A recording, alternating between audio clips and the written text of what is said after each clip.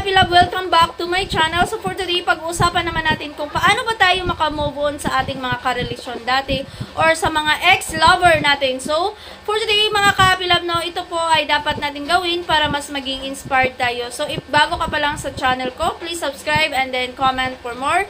So paano nga ba tayo magka-move on, mga ka-happy love, no? First, mag-enjoy po tayo. So mag-enjoy po tayo. So wag po nating isipin siya o wag po nating isipin ang mga masasayang mga memory nyo, mga ka-happy love, na you enjoy with friends, with your family, hang out. So wag po nating pansinin at wag po nating isipin ang mga memory ninyo before. So, di ba, mga ka-happy love, no? So ang pangalawa naman natin gawin is mag-focus po tayo sa ating pag-aaral if nag-aaral ka pa or sa ating trabaho if nag-work ka na. So, i-focus niyo po ang ating sarili doon sa goal natin or ang future natin para naman mas motivate tayo, mga ka-happy love, no? Huwag po nating isipin na naghiwalay kayo is end of the world na. So, hindi po. There's a reason why po there's a reason po kung bakit kayo nagkahiwalay. So, dapat i-focus niyo po ulit yung pag-aaral at ang pagiging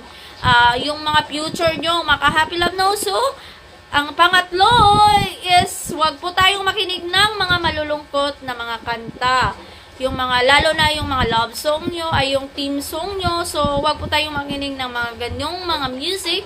Dahil pag nakikinig tayo ng mga love song or mga yung pang-music na pang-team song nyo, diba? Yung mga about lovers. So, wag po tayong makinig nyon, mga ka-happy love, no? Dahil po, pag makikinig po tayo ng mga ganyan is, maalala po natin yung mga masasayang mga, diba? So, dapat po, wag po tayong makinig ng mga music, na mga love song. Dapat, mga ka-happy love, no? So, magpaganda po tayo lalo. So, wag po nating pabayaan ang ating sarili. Dapat the more po tayong magpaganda para naman mas may ma-appreciate sa atin. So, wag po nating pabayaan ang ating sarili dahil magiging kawawa po tayo. Dahil lang sa kanila. So, dapat ipakita po natin na hindi po tayo affected, na iniwan po tayo nila, diba? So, dapat you show more, you show pretty para naman mas magiging confidence ka at para naman ma-realize niya na nangihinayang siya dahil iniwan ka niya. So, dapat magpaganda pa tayo lalo, mga ka-happy love, no? Sana pag once nakita ka niya, so, wow, you saw me. So, gano'n na lang yung masasabi niya at magsisisi siya. Dapat, mga ka-happy love, no? Yan po gawin natin. So, ang pang-lima, so, dapat, mga ka-happy love, no? Wag po tayong umiyak. Wag po nating i-allow na umiyak po tayo gabi-gabi. So, dapat po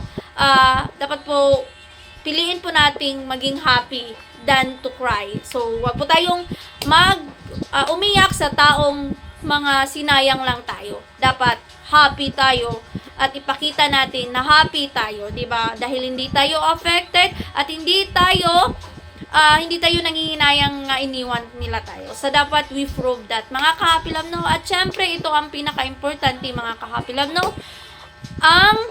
Mag-pray po tayo palagi kay Lord na dapat bigyan kanya ng lakas at saka siyempre kailangan mo siya sa iyong sarili na para mas makamove on pa ka, para naman maging strong ka, mga ka-happy love, no? Pinaka-importante po nga yung faith natin kay Lord is magiging strong, di ba?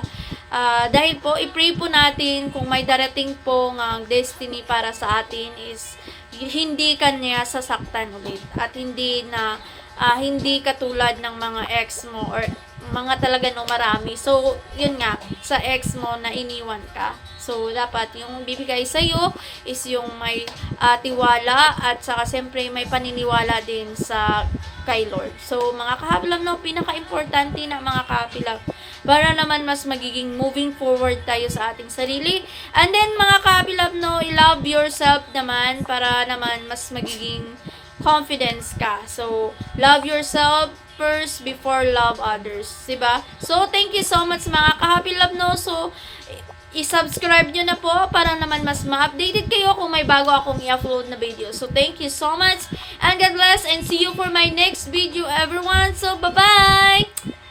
Thank you and be happy, saka keep moving lang po tayo. Thank you!